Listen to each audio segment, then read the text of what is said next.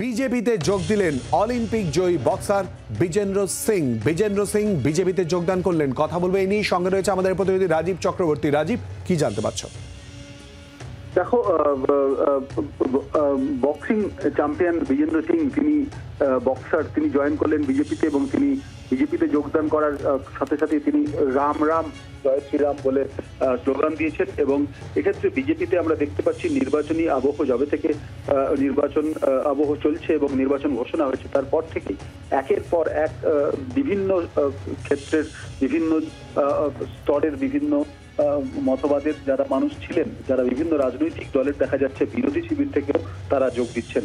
এক্ষেত্রে যেটা আজকে দেখা গেল যে বীরেন্দ্র সিং, যিনি বক্সার, তার যোগদানটা কিন্তু যথেষ্ট গুরুত্বপূর্ণ। তার কারণ এক্ষেত্রে বলা হচ্ছে যে ভারত সরকার অর্থাৎ মোদী সরকার বেশ কয়েক বছর ধরে ক্রীড়া ক্ষেত্রে যে উন্নতি করেছে সেই উন্নতিকে দেশে বিভিন্ন জায়গায় তুলে ধরার জন্য এই যোগদান যথেষ্ট গুরুত্বপূর্ণ এবং মনে করা হচ্ছে তাকে লোকসভায় এবার কিন্তু প্রার্থী করা হতে পারে।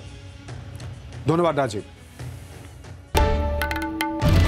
বাংলার আওয়াজ, বাঙালির আবেগ, জি 24 ঘন্টা।